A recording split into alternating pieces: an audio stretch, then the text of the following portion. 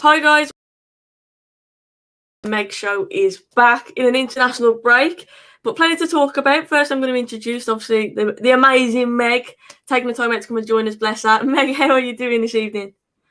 I'm very well, thank you. Taking my time out of decorating, actually. I feel like all I have done over the last couple of days is decorate, and I am slowly but surely getting there with it. My whole house will be white by the end of this. Love that. But no, I'm okay. Like a bit gutted about the football the other day, England. I'm not gonna lie, I did watch it. But it is what it is with England, isn't it? Did I have high hopes? Probably not. So can't be too disappointed, can I? Fair enough. And it's football at the end of the day. It's football. When we didn't have any football, we were all missing it so much. So I'm just grateful there's still football going on, to be honest, in the current climate with what's going on. Richard, thank you so much for the super chat. It's really kind of you. It says, hi, Soph and Meg. Love the channel. Always a good debate. Thank you for that. Really appreciate it. But yeah, obviously, when we're here, we're United fans. Everyone knows we're United fans. But of course, we always say all fans are welcome, and we want to talk about different clubs. We want to talk about the international break, what's going on as well. And I want to touch on this one first because his name is everywhere at the moment, and that is Jack Grealish. Meg, how good has he been for England this week?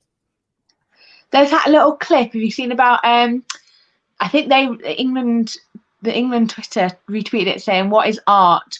What feels like art but isn't art?" And then they retweeted Jack Grealish and his little touch outside of his boot over his shoulder, and he was off. Honestly, the fact that we were sat here in the summer thinking we could have him in our squad by the start of the season, and there was a lot of positivity around him. I think he's outdone that positivity. He's gone another level higher. Yes, he's at Aston Villa, and he shines in that team, I think, because of perhaps the other talent around him. But he's shining in that England team, and there are good players in that England team. And right now, you've got to say, first name on the team sheet. It's got to be up there, hasn't it? It's got to be up there. Richard, thank you again for the super chat. Just wish we was talking about United at the top of the table and in for the title. The way this year's gone so far, the way the season's going so far, do not write anyone off. That's all I'm saying. I'm not saying, yeah, we're total contenders, but it's just been mad, hasn't it, so far? Unpredictable. And you've got to love that as a football fan. You've got to love the unpredictability. The fact that a lot of teams have had some injuries as well obviously may affect them. So maybe we will be talking about that, Richard. Obviously, just not at this moment in time. But Grealish is a special player, in my opinion. Talking to my dad about him the other day, and he said that he's a player in form. Obviously, he needs to keep this up. But for me, the way that he carried Villa last season, he was their standout player. And I know he's got better players around him. I'm loving the link up between him and Barkley for Villa. But he seems to have stepped it up again this season, Meg. Does it feel like that to you? Like he's gone up another level? Yeah, he has. He's starting to show more and at a higher level. Like we said, he's probably a big fish in a little pond at Aston Villa. Yes, he's now got a few more players in and around him. Barkley, like you mentioned, I love that little duo. I think it's done Barkley the world of good as well. Like their pair seem to have gelled really well. But for England now, he's doing it on a bigger level. A higher level, should I say. He's doing it in front of the whole world now. And against players, the Belgium squad as well, really good team, really good players to do it against. And he's proven himself. He's proven why everyone is talking about him, and he's proven why they should be talking about him. Yeah, exactly. Spot on, Megan. United Ways in the chat. Go and check out his channel. Go and hit the sub button. Hope you're doing well, John, there. And he says, evening, ladies. Love to you both and the family. Subscribe to the channel if you're new. Please hit that sub button if you are new, guys. We'd really appreciate that. Whilst we're just talking about John, by the way, a big shout out to John, because I did see the other day that he went out and delivered some food and some water. So just want to say, well, a huge thank you on everyone else's behalf as well, John, but keep up the good work. Yeah, definitely go and help in it. Obviously, people are less fortunate than ourselves. I love that. Nolan is watching from Singapore. Hello to you, Nolan. That's amazing. Singapore. Let us know in the chat, guys, where you're watching from, because me and Meg always have a little nose in the chat and try and find out where people are from. We do enjoy seeing that. Aston Villa's Jack Grealish can be England's new Paul Gascoigne. At this moment in time, would you go as far as to say that Grealish is the best player in England at the moment? Because I've seen a few people uttering that. On current form, he's up there, isn't he? He is, and I feel like who said it? I think it was Trevor Sinclair the other day was talking about the fact that we've got a player that we should be building a team around, and we should be. It's just weird though, the whole Southgate thing. Like Mason, mate. We know what it's been like, but with Southgate, it's almost like I don't know. I'm not going to say agenda because I don't think that exists in professional football. But I mean, Meg's frozen at the moment. Don't know where she's gone. But in terms of Jack Grealish at the moment, and especially Ross Barkley, that's really exciting times for Villa, and I want to see more of that. I want to move on to a player, obviously, who belongs to us. Meggie, you're back. No, she's crashing. I don't know what she's doing. She's in and she's out. We'll carry on anyway. But Bruno Fernandez, obviously, he had a podcast on MUTV very, very recently. A lot of positive comments about the club, a lot of positive comments about him, about leadership. I like the little comments he said about when he missed the penalty, obviously, against PSG. It was retaken because Navas was off his line. However, he spoke about the fact that Fred and Bruno had a little discussion afterwards, and Fred basically gave him the ball and said, "You carry on, you take the penalty. I've got faith in you." And I like that Bruno had the guts to stand up and take it again, because it's not easy when you miss a penalty and you take it again. I just think that Bruno has got that leadership quality, and we've said it for a long, long time now. Is he a possible captain? I believe so. Meg is back in the room. Meg, who knows where I just went? I've got no idea. Like I was lost in the world of internet somewhere. It was just gone. It's all right. You're back. You're back with us. We just talked about Bruno. I said I'm going to skip from Grealish a second. Someone said there, Grealish is certainly no Gaza. Of course, you don't want to hype him up too much, but his current form right now, it's hard to argue with him being one of the best players in the country. It's really hard to argue with that. But Bruno Fernandez, he had a podcast with Meg this week. He spoke about the fact that he missed his penalty against PSG. He retook the penalty, obviously, because Navas was off the line. But Fred gave him the ball and he said, take the penalty. He had faith in him. Bruno Fernandez, he seems to have that leadership. A lot of people have been saying he should be our captain. What's your thoughts on that? And some of the comments that he's been making this week, we've said it for a long time. He has got that leadership quality, hasn't he, Meg? He has, and I think his performances show that as well. Like, he performs as a leader, not just vocally, but actually his performance and the way that he plays. I think that he's fantastic at setting a level that people should be attaining. But it's a captain's a really hard choice and a decision. I always personally believe I like a captain to be from towards the back of the pitch. I'm not saying that it should be a goalkeeper and a central defender all the time, but I feel like those two positions on the pitch are vitally important to have a leader in there, and I think that's kind of a natural thing to happen if you're a centre half, to be a leader. But Bruno just sets the examples. It doesn't need a captain's armband round his arm. He delivers a leadership style in terms of the way that he performs. Yeah, definitely. I love that about him. I love his work ethic, the fact that he gives the ball away, which he does a lot. We know he's frustrating. He does give the ball away a lot, but he's also one of the first players getting that ball back, isn't he? And I love that about him. Richard, thank you again for the super chat. Would love Jack at Man United. That drive in middle of the park, and he's not scared to take people on over. I love that he did that with England the other day. He was the one. If something was going to happen, it was going to happen through Jack Grealish. He's the one who makes something happen. He is a special talent. But I saw a good comment from someone in the chat. I just want to try and find it. It was regarding Van der Beek.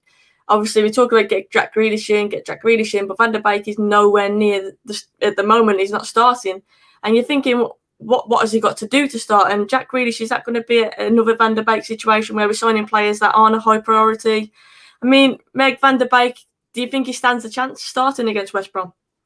I think this whole ties in so nicely together, because we're talking about consistency, and one of the things that I've really found with Manchester United is that we haven't been consistent in formation. So we have tried the 3 or 5, whichever, if you're attacking, obviously a 3 at the back. If you're defending, it turns into more of a 5. Yeah. Tried the standard 4-3-3. We've gone into a little bit of a diamond recently as well. So we haven't had a consistent formation, and I think trying to get a formation that suits all these players to get the best out of those players. I'm not saying that they've all got to play at the same time, but when they do come on, the formation may need to be adapted to be able to get those players to play at their best. Yeah. If we brought in the likes of Van der Beek, what formation are we playing to get the best out of him and others that are surrounding him in that midfield or in front of him, just as the 2 strikers or the 3 strikers? And I think everyone's saying, I'd love to have Grealish in. That's great. But that's another player to have in that kind of midfield attacking area where what formation will be played to get the best out of him. Yeah. So I don't know if Don Van der Beek starts, and you can't predict the formation, let alone who starts. Yeah, another player, obviously, international break. We know that there's always talk about Paul Pogba in the international break. There were some comments that he made. A lot of people obviously took offence to those comments regarding the French squad being a breath of fresh air or whatever it was. Obviously, that he was misquoted. It is true. Apparently, he didn't say it in those ways and whatnot. And this is purely from me reading. I saw someone put in the chat, don't watch MUTV, feeds the Glazers. I haven't watched MUTV. I've just purely looked like anyone else would look on Twitter and see the quotes from Bruno Fernandez. And it's similar with Paul Pogba. But Meg, it seems to be, no matter what, this circus just seems to follow him, doesn't it? That man, I mean, if he breathed wrong, the world would stop and say he wants to leave Manchester United because he's breathed. Like, I feel for him. Anybody else that got this amount of abuse would leave, and yet he's still here, and players would just stop playing. Look at Xhaka at Arsenal, on the middle of the pitch, like had it out with them when he left the pitch. I think that's terrible. Soph's now gone. We honestly, we're being targeted. You'd gone, Soph. You've come back. But we'll carry on talking. But yeah, I just feel Pogba is just targeted very much, and I feel like if he is to do anything wrong or say something, people twist it to suit their kind of story that they want to sell. And at the moment, the story that they want to sell, because he's on international break, is the fact that he wants to leave Manchester United again. Would you sell him? Would I sell him? You weren't really like it then. Yeah, would you sell him if you had the option to, like Paul Pogba? Would you get rid? I still wouldn't get rid right now. No, I'd keep him. I would really try and get a new contract drawn into place for him. If I'm honest, I think that's what I would do. I'd get him under a new contract just because I wouldn't want him to leave on a free. I wouldn't want him to just walk out the door. And I feel like if he got a little bit more perhaps settled in the background, would that affect his performances on the pitch? And just perhaps if he did settle and he got a new contract, I feel like that would be a way forward in terms of getting consistency. So it's gone again, so we'll just carry on. If you're in the chat, let me know what you think about Pogba. I unfortunately can't put the comments on the screen like we've got at the moment, but I have got my laptop up so I can see them. So yeah, one word answers. Would you sell Pogba or not in the comments?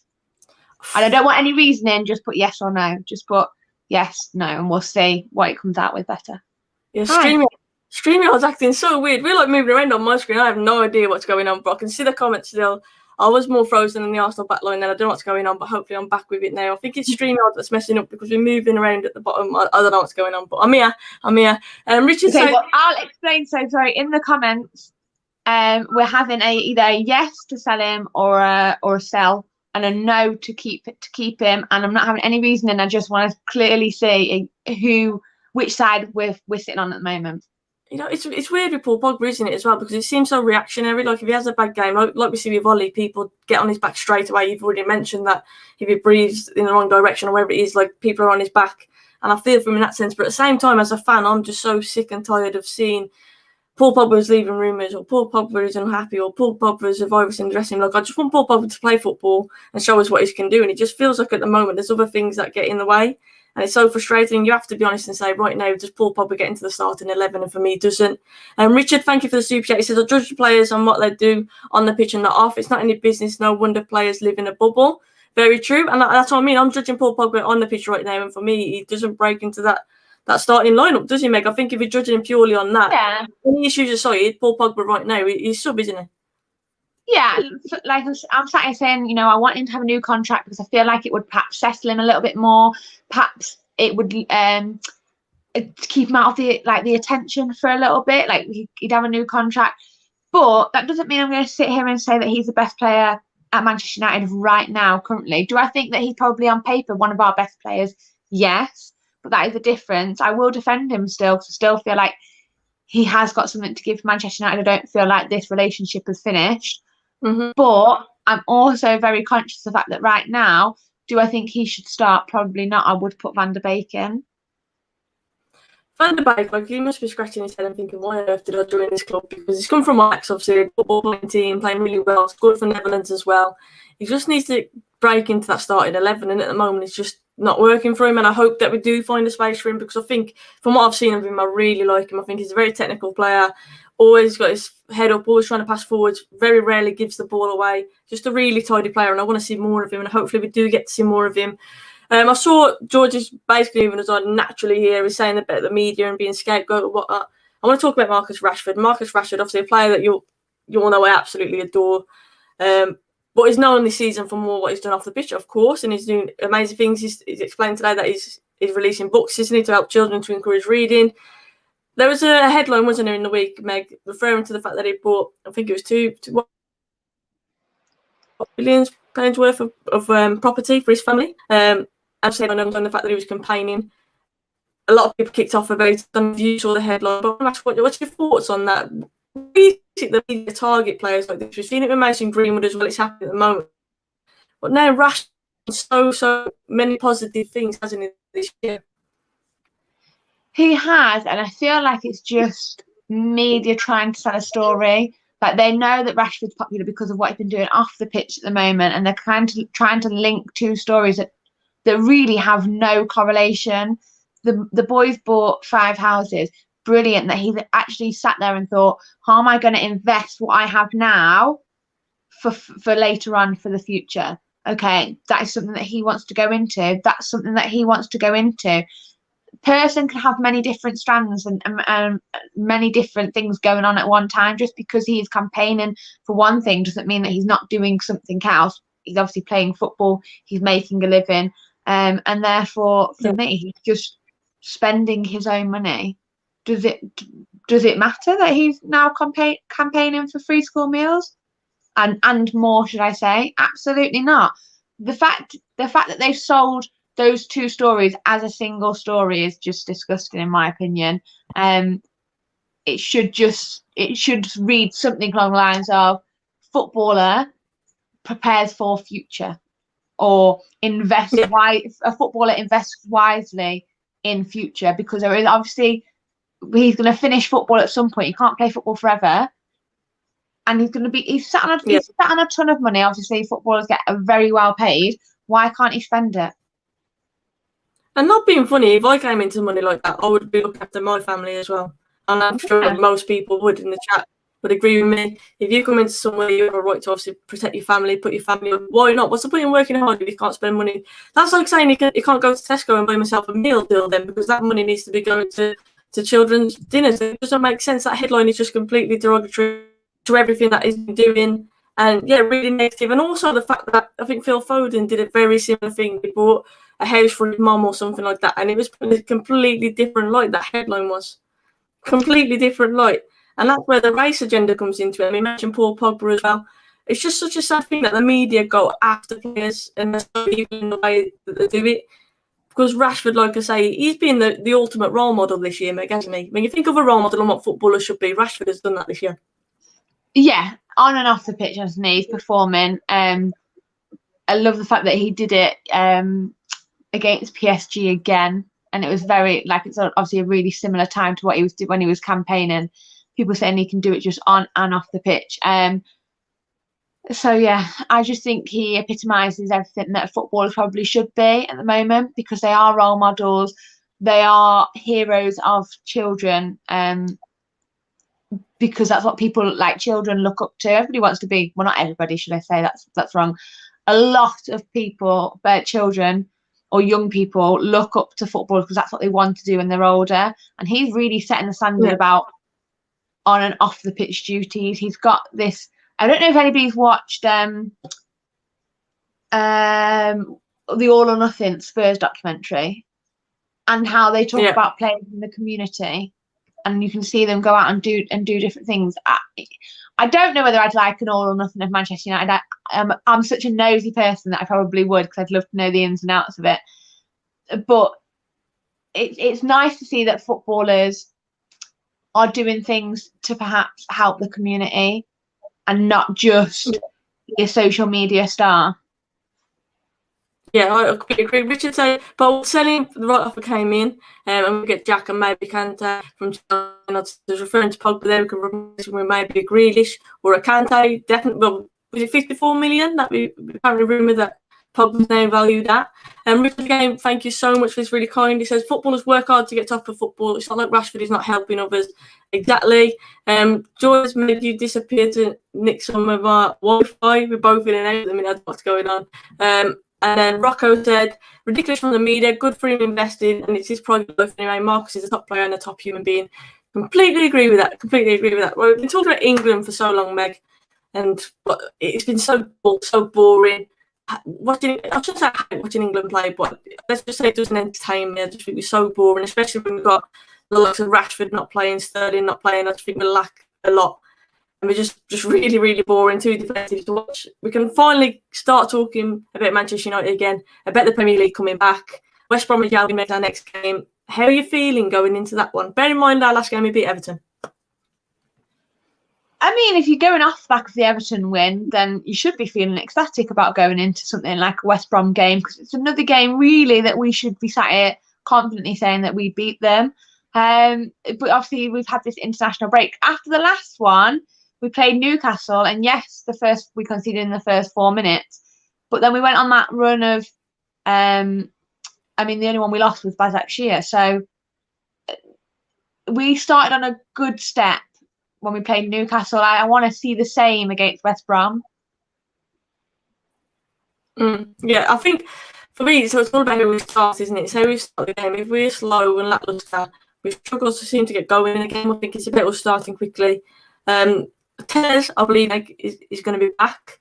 I know United posted earlier on Twitter, didn't they, that Tellez has had a positive COVID test. He's in contention for Brazil's game tonight, I believe. So Luke Shaw, obviously, do you see that Tellez will walk straight back into the starting 11? And you're looking forward to seeing Tellez today, because we've only seen a little bit of him, haven't we, so far?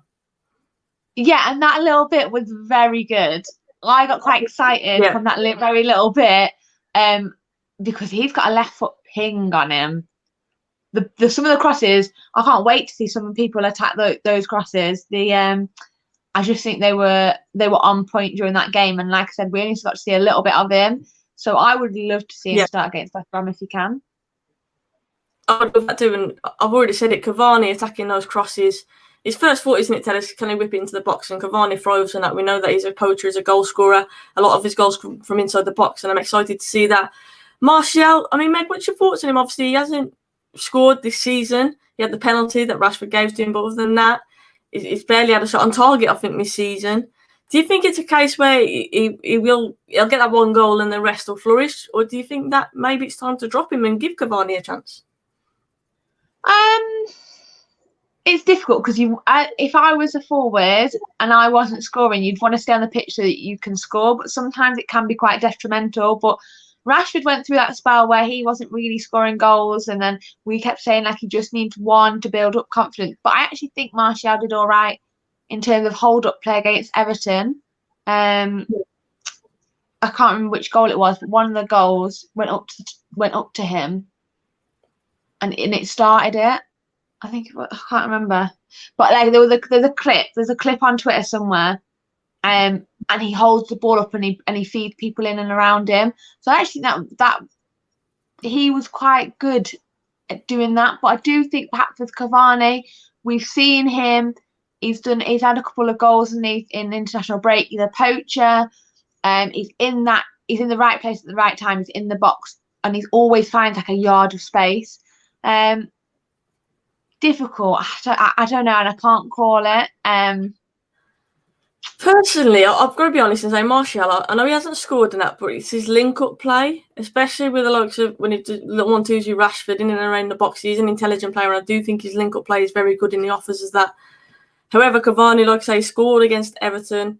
It's a really interesting one. I think Martial will start. I think Ollie will stick with Martial. Obviously, Martial, I think, has progressed under Ollie. His finishing is improved. He's been more clinical, and he's had a good ratio. And this season, he hasn't started too well, and I think Ollie will be keen for him to find his goal and to hopefully kick off on a run. So I think that Ollie will stick with him. However, Cavani's got to be knocking on that door now, and Martial should be feeling the pressure. But that's why we want competition, isn't it, Meg? We want Martial to be on the edge of his seat, to be fighting, to be working harder than he has done, because he knows Cavani's there behind him and he's pushing him all the way.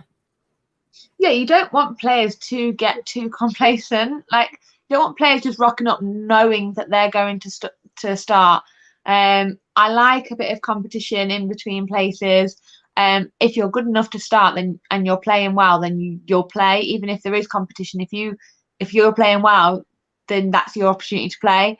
But yeah, I think that perhaps if Martial knows that Cavani is there, and Cavani will be causing headaches for Solskjaer, definitely. He's just such an experienced player as well. He's just a good player to have, isn't he? Richard says, do you think the FA need to look at bad luck with Alex Telles, but he's only played once since we signed him? Surely that's not right. It's a good point. What I will say is, obviously, coronavirus, the way that it's been going, Meg, scary times. Obviously, I'm still having to go out to work, and it is scary. A lot of local schools have had cases, and it is close to home, and a lot more close to home than it was in the first lockdown, I'll say. The fact that players have gone out on international duty and whatnot, I'm a bit surprised at that, to be fair. I know football's still continuing, but the fact players have been allowed to travel abroad and stuff like that, it does pose a big risk, doesn't it, for clubs who have got players on international duty that they may not be able or may not be eligible to play this weekend.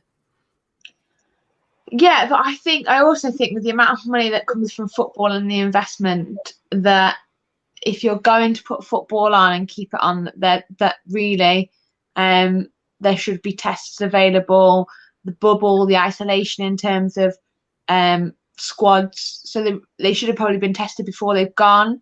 Yeah. Then they will. So if all the squads been tested, that they shouldn't come into contact with somebody that has got it. I don't understand how people are getting it whilst on international break, really, because you'd think that players that have come into contact. I mean, I've heard of the Irish players, and was it Ireland? He played the full 90 minutes, or he found out at half time that he's got COVID. Crazy, isn't it?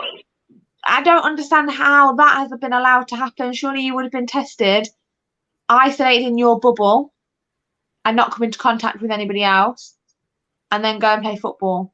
Yeah. And yet we're still finding out at half time is crazy. Crazy. Twisted has asked a good question as well. Who is actually playing well for United at the moment? Who would you say? I'd say Bruno. There's my one. Bruno, after that Everton game, I thought he was phenomenal. Yeah. Fred, obviously. Fred has been class. Maguire, I think, has been playing well. And I know he's had a lot of fair share of stick, but I actually think Maguire, especially against Everton, I thought he played really, really well. And I think he deserves credit where it's due. So I'm going to say Bruno, Fred, McTominay, Maguire, and Luke Shaw, to be fair, before he's got injured again, which is frustrating. But I think Luke Shaw's done well so far. That's my. I'm gonna stick to 5. If I had to choose 5, I think I've been decent recently. That'd be my 5. And it's hard to argue with it.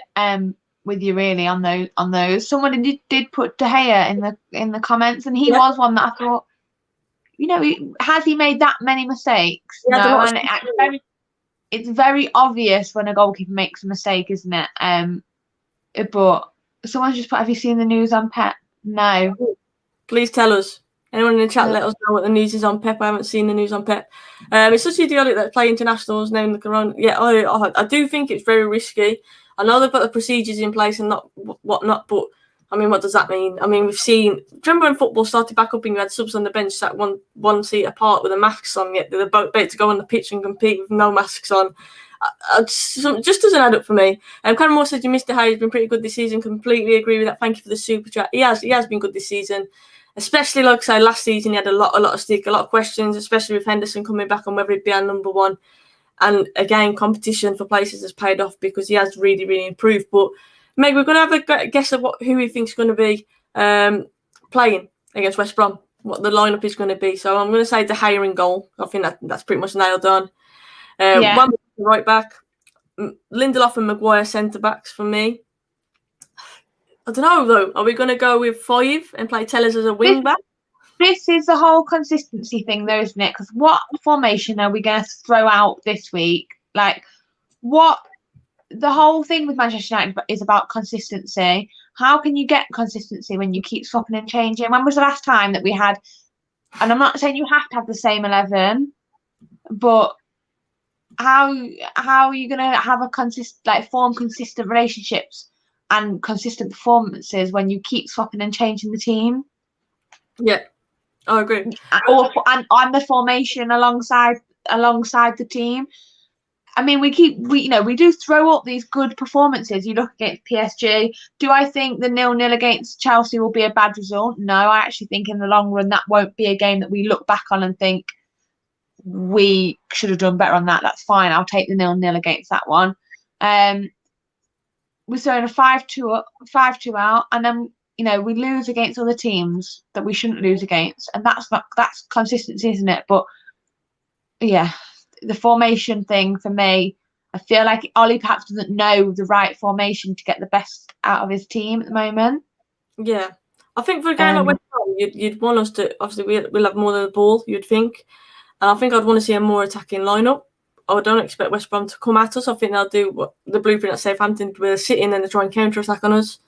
So we're going to have the majority of the ball, and do we need 5 at the back in that? This is where tactically Ollie needs to get it right, isn't it? This is where Ollie needs to get it spot on, because we don't want to be too defensive against West Bromwich Albion, but at the same time we don't want to be too open on the counter attack, because we are vulnerable. We know we're vulnerable in that sense. Richard, thank you again. He says, I think the Premier League need to look at 5 subs. It will help the managers and the players to recover. Obviously, the club's managers didn't want 5 subs. Now all of a sudden, because of the cases with Corona, a lot of injuries, they want 5 subs back. Are you against that idea, Meg? I'm not a 5 subs person, I'm afraid. I just don't see. I think as a football fan, I think if I was a fan of a smaller team as well, or a team that's got like a smaller squad, yeah. I would definitely not. I would want 3 subs, because I think it favours the bigger teams. As a Manchester United fan, I do think, 5 subs would allow us to rotate in the game a little bit more, change up. And then if you changed 5 players, you could almost change the formation to suit those 5 players going on. When you have 3, it can be like a little bit.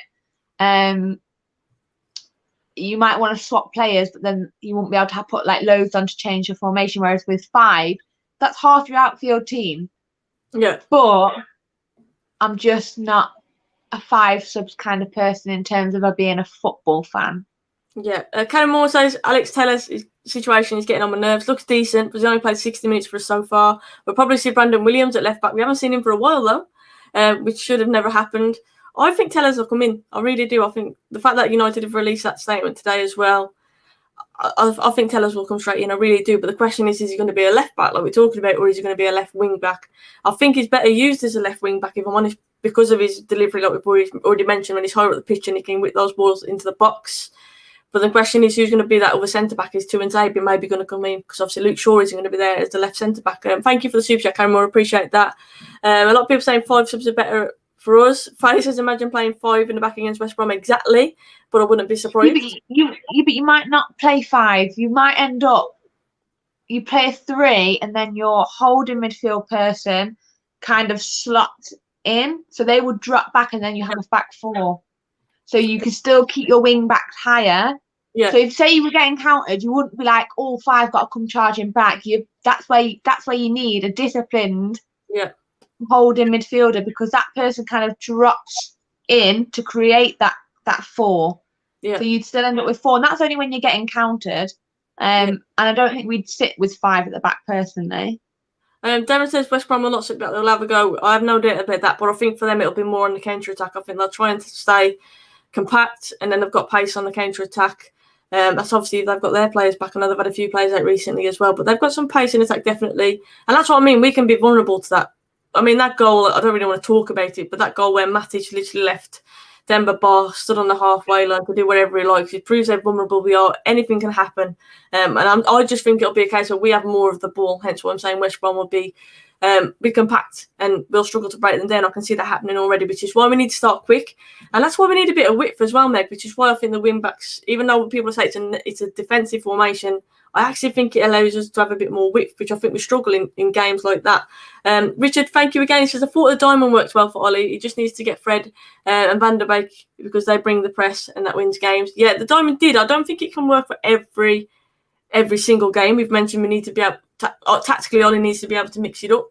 But I do think it looked really good, and I liked how we fit certain players in that formation as well. Steve says bring back 4-4-2. The good old 4-4-2. I do miss it, to be fair. I miss it. George blames me. Everyone wants to do something different, though, don't they, than a 4-4-2? Yeah. Everyone wants to throw a little spin on it. Meg, that goal that I just spoke about, the one where I explained it, Matic being the deepest man, I'm not saying it's just Matic's fault. For me, it's everybody's fault. And I mean everybody, because that's just pure basics. But who do you blame for that goal? All the players. I agree. I'm standing here saying that all the players take responsibility for that goal. Henderson played in goal, didn't he? He should be seeing that. That needs to be communicated. And if people were saying that he did communicate it, well, it needs to be communicated better because nothing changed. Matic for not recognising that there's a player around him, and if he is the last person, then he needs to bring either somebody back to screen that, or so that they're close enough to get back with him. The players going forward, the players who go forward from a corner, you should know already who's basically changing positions with you. Yeah. The players who should be coming, players know and have a role in every single corner. These players are elite. They know they have corners set up. They know who should be at the back and who should be going forward. The players going forward for not recognising that the player that they're swapping with hasn't come back. The players going back because they obviously haven't got into their position in time. So yeah, the whole starting 11, they take the blame, responsibility for everything. George Costa Maguire is captain and central defending to Nzabi. He's supposed to be a leader in the Bander's post. I do think like Meg said, when Maguire runs up, he should be making sure that player is filling in. I agree with that. So I do agree as captain he deserves some blame, but I also say that obviously the keeper Henderson should have been yelling and saying someone needs to drop back. You normally leave 2-on-1 in that situation. So the fact that it was just Matic there as well is wrong, in my opinion. I think Mike Feeling, you saw him in the clip thing, you saw him pointing. It's like he was kind of telling, but everything was just too late. And for me, that's a natural thing, though. You shouldn't be told that, really. Like, you should naturally do it. It was just an absolute mess, and I don't want to see another goal conceded like that, definitely. And I don't want to dwell on that because we move on. We had a positive result against Everton. But my point is that we are very, very vulnerable. We are at times. But I think against Everton, like I said, I think Maguire played well. I think Lindelof did well as well. And I want to take positivity from that. So this is where I'm going to ask you, Meg, what's your score prediction for the West Brom game? 3-0. Oh, to United, I hope. Yeah. 3-0. No, West Brom. No, I'm going all out positivity. I want to see players come back into the team and set their mark. We haven't been at it. We know that we haven't been at it. So I'm hoping for me that they come back off this international break and they need to address this before Christmas. Obviously, get into the second half of the season after the new year. You need to put yourself in good stead. So yeah, for me, 3-0. I like that. Guys, get your comments in the chat. Let us know what your score predictions are as well. We've got another 3-0 from Ant there. 2-1 United.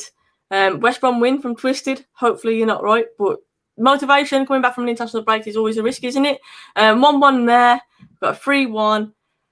3-1. We'll take a 1-0 at home. You know what? At home is a big element at the moment for us, isn't it? As well in the league, we're really, really struggling. We need to get that win at home. So it's an interesting game, West Brom. And I've mentioned this before. You can not write any team off.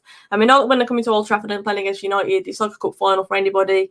It's one of them games, isn't it? So I'm trying to think what I was going to say for this one. George said he thinks it's going to be a very drab game. I hope it's not. But yeah, these games tend to be like that for us. Unless we start quickly and we get a few goals. I'm going to go with 2-1 win. I think it's going to be closer than it may seem. I think we'll concede. But I think it's going to be an edgy one because of us being at home.